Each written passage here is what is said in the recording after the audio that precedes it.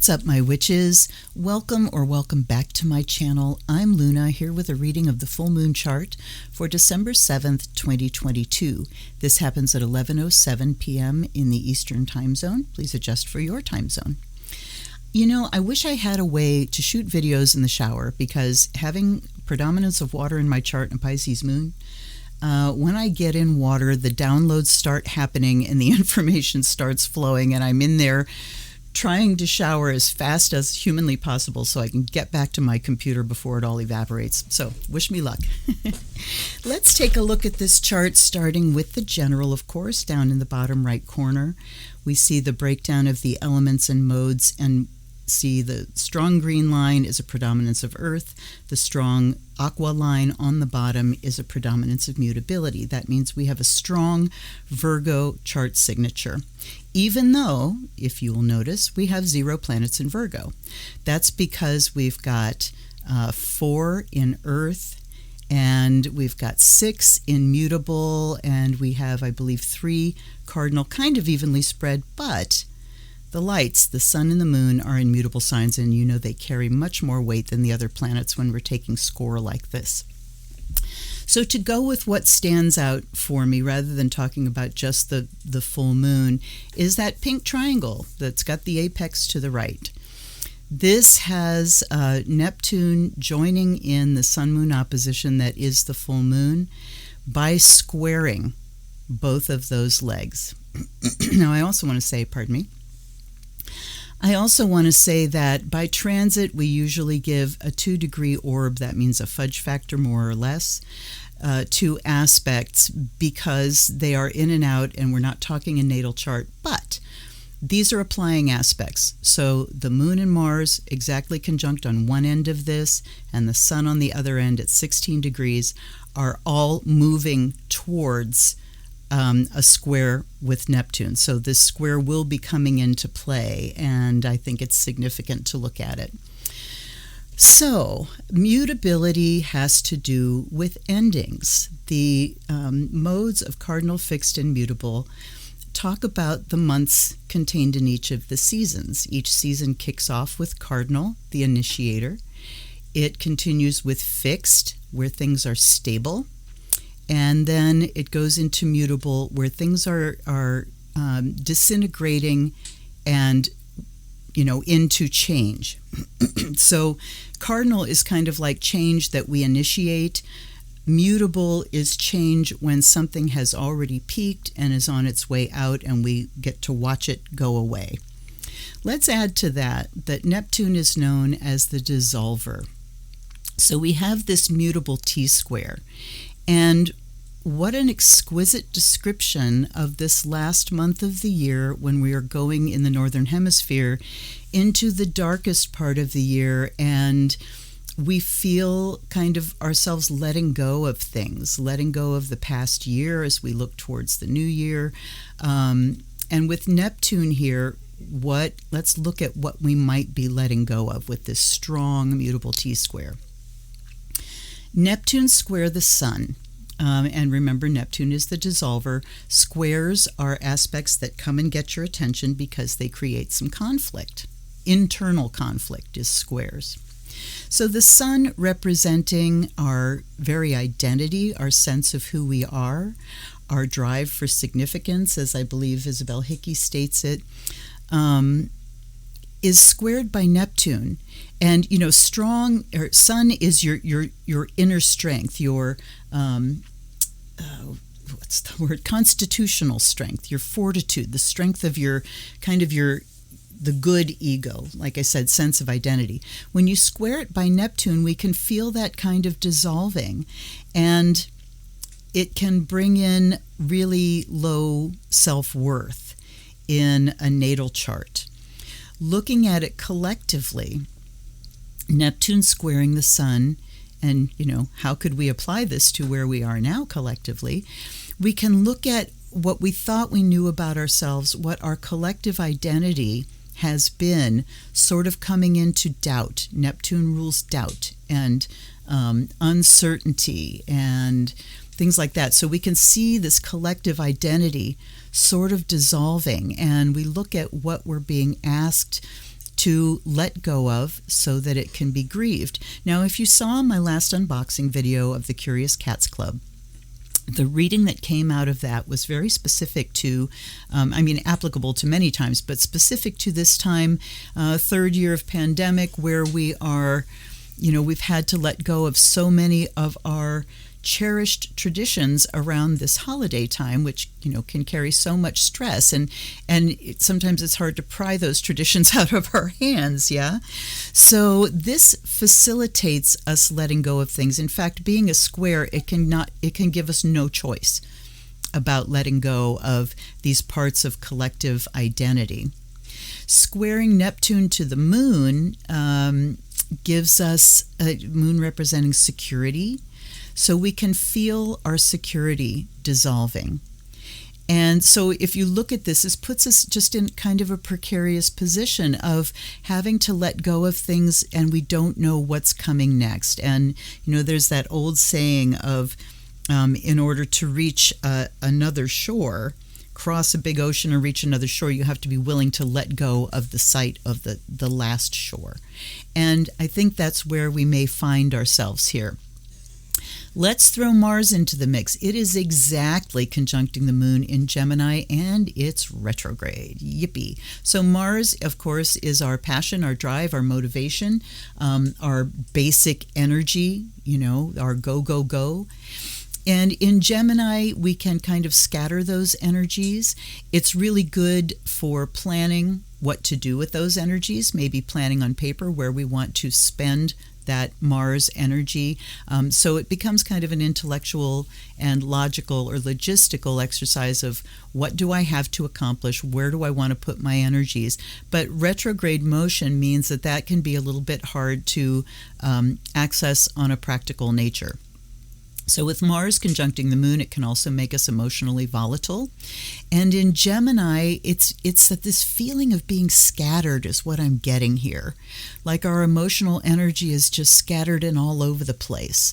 So if you're feeling like you just can't get solid ground under your feet, well, welcome to the human condition. But this could be the reason that Mars retrograde also tends to go internal and a little bit underground, and so we can end up with a lot of scattered, unfocused energy bouncing around inside of us and kicking off emotions in that direction too.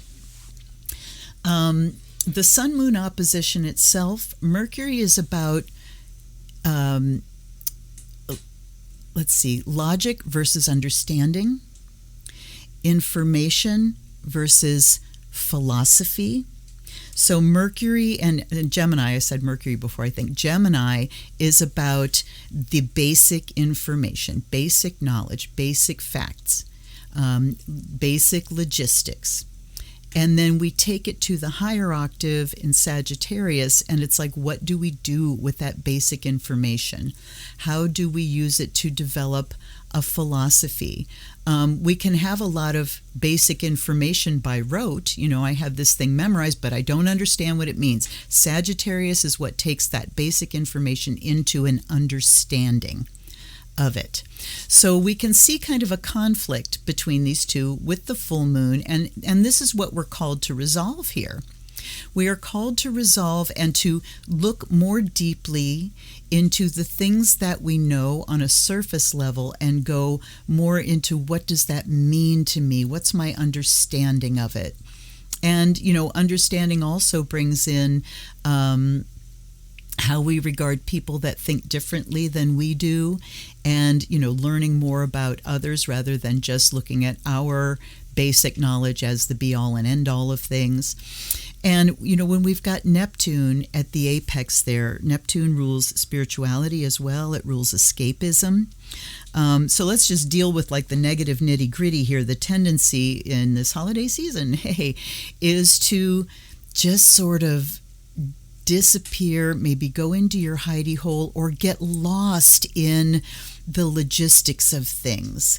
Get lost in, I have to do this, and then I have to do this, and then I have to do this, and because Neptune just kind of can make us go blind. So let's look at how we use this energy. We can use Neptune to disappear into ourselves in a good way through meditation, through spiritual practice, and then looking more deeply into the logistics of our emotional underpinnings and what those mean to us, how we understand those. So this is a great time to delve into maybe some of the ick from your old family holidays, to look at those emotional circumstances in a more logical way. That's the moon in Gemini. We can intellectualize the emotions. We can describe them verbally rather than just being awash in them. Of course, the square to Neptune in Pisces can make us get a little bit lost in them. So we definitely want to go in with the intent of, I want to see my story here. I don't have to re-feel my story, of course, unless there's something to be grieved and that is ripe for you and it's time to grieve it and let it go. So yeah, let's look at what we need to release at the end of the year, what is already going away. This is the thing. And Neptune also rules illusion. So this is an opportunity to look at what illusions am I carrying. A good way to sort those out is to look at where reality is kind of conflicting with your idea or the story you tell yourself about how things are and what things mean. So this is a great opportunity to look at those things, to ask for Spirit to step in and help. That's Neptune in Pisces as always. And to just say, what can I let go of here? What can I consciously, intentionally bring up the story, look at it, say, okay, this is part of my history. Here's where I am now. Here's the perspective I have. Here's what can go away. The storyline can go away.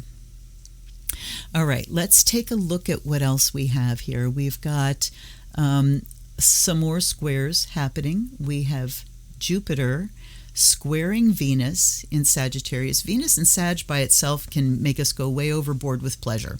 All right, we can go far and wide seeking the pleasure principle, and squaring, all by itself, but squaring Jupiter in Pisces says, yes, we can go blind and just really overindulge, because Neptune is really going to be pulling at us to escape as well. So again, what's the key here?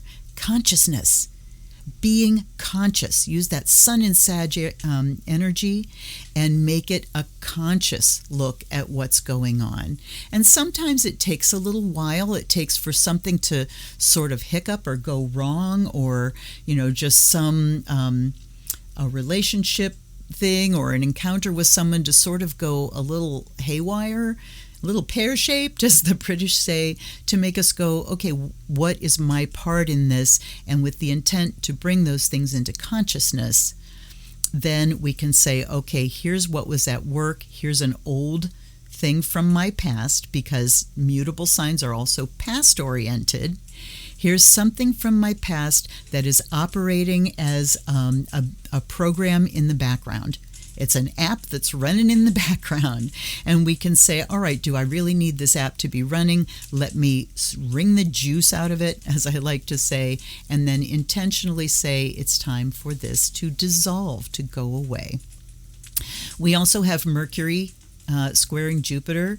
Mercury is in Capricorn. Mercury-Jupiter square by itself can be just, I don't know when to stop talking. It can also be that my brain is just going and going and going. Mercury in Capricorn gives us some structure here. Jupiter in Pisces is like structureless and boundaryless. But Mercury in Capricorn says that I can structure my thoughts. I can at least make a plan.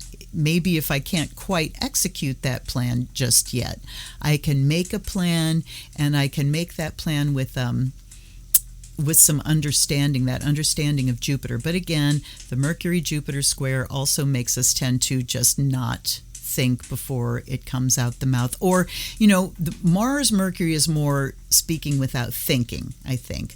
The Mercury-Jupiter is about, I don't know when to stop. There's no boundaries on this. So it would be good to have a plan that includes stopping points. Yes, I want to do this, but here's when I'll know it's enough. Here's as far as I want to go. So with mutable signs focusing on endings like this, and Mercury in Capricorn, let's define where that end is for the activities that we indulge in over the holidays and, those sorts of things. Let's see here. Let's look at Saturn trining this Moon-Mars conjunction. And again, I'm going to look at that even though it's 4 degrees off, because Moon is one of the lights and it's an applying aspect. What they don't show here is we have the same applying aspect between, we have the fact that it's applying between Saturn and the Sun, but that will be a sextile. So what do we have here? Gifts and opportunities. Saturn trining the Moon gives us the ability to kind of rein in our emotional ruminating that I was talking about before. And Saturn trining Mars can give us some structure and control around our energy output. Again, that Mars, the undirected Mars in Gemini or scattered Mars in Gemini being retrograde, Saturn can kind of put some boundaries around that. And it does give us a bit of ability to execute a plan, or at least to plan the plan. Mercury says get it down on paper, and then, we can bring in some logistical stuff with Mercury and all this Gemini energy to actually get that plan on paper and then follow it. Let's see what else we got here. We have Saturn squaring Uranus, but it's a separating aspect. We're 5 degrees off already. Uranus is retrograde. Saturn's moving forward. I'm not really going to look at that. What else? We have also a separating aspect with Sun and Chiron. So that just brings a little vibe here of making it a little easier to access those wounds that are there waiting to be let go of for us to examine. So I hope that this helps you. I hope that you are able to take advantage of this energy and really think about unburdening yourself. Think about endings. And like I said, this mutable signs also are past referenced. So it is easy to reach back and look at things a little slightly more emotionally objectively, and to think about, I have an opportunity here to let some things go. I have an opportunity to move past some toxic, neurotic, also Neptune keywords, and illusionary programs that have been running in the background and pushing me to places in an unconscious way, and I would rather reclaim that energy and make conscious choices rather than being like karma's bitch, I guess. All right, I think that's all I have to say about this. As usually happens, I will stop the video and go, oh shit, I should have said that. But if you notice something like that, please comment down below. Let me know what you think of this. Let me know what your plans are to celebrate during the holidays and how you might use Mercury in Capricorn and the Saturn trine Mars to put some boundaries around those things so that you don't go overboard and, step into kind of risky behavior. Now, Saturn in Aquarius isn't all that stable and limiting because Aquarius has that thing of, freedom at any cost. So let's use that in this way. How can I free myself from the limiting beliefs of my past? That's Saturn. How can I bring those into the light? Saturn in Uranus, or Saturn in Aquarius, is ruled by Uranus, the awakener. How can I awaken to these old limiting ideas? And maybe we're not to the point of, let's not think about transforming them yet. I didn't talk about Pluto at all, and I don't think I'm gonna. It's just a sextile. But it's an opportunity to transform ourselves in terms of understanding. Let's just say that. But let's not focus on the transformation, what I want to happen on the outside, on the other end. Let's look at, how can I go into this now? How can I go into it and find those things that are ripe for dissolving, that it's time for them to end? And how can I help that process by bringing up the understanding of things, or at least having the intent? Sometimes understanding comes in its own time, right? But when you are willing to look at something and say, here's what I'm after. I'm looking at these old traumas, or I'm looking at these old habits, and I want to gain understanding from them, then just putting yourself in that space of going in and exploring, just hand it off to your guides, and they will bring you the understanding. It will be delivered to you as a wonderful, wonderful Yule gift. May it be so. So mote it be. Thank you so much for hanging out with me. If you got something out of this, please like and subscribe if you haven't already. Consider maybe clicking the Patreon button, $3 a month, just to support the work that I do here. And I want to say again, just a hearty thank you to my patrons for sticking with me through my physical ups and downs when I have to kind of bail out for a little while unexpectedly. Thank you for being there for me. It really does help to pull me through and give me a purpose. So thanks again, you guys. I will certainly be talking to you before Yule on a live stream or another unboxing or some such thing. Until then, this is Luna. Blessed be.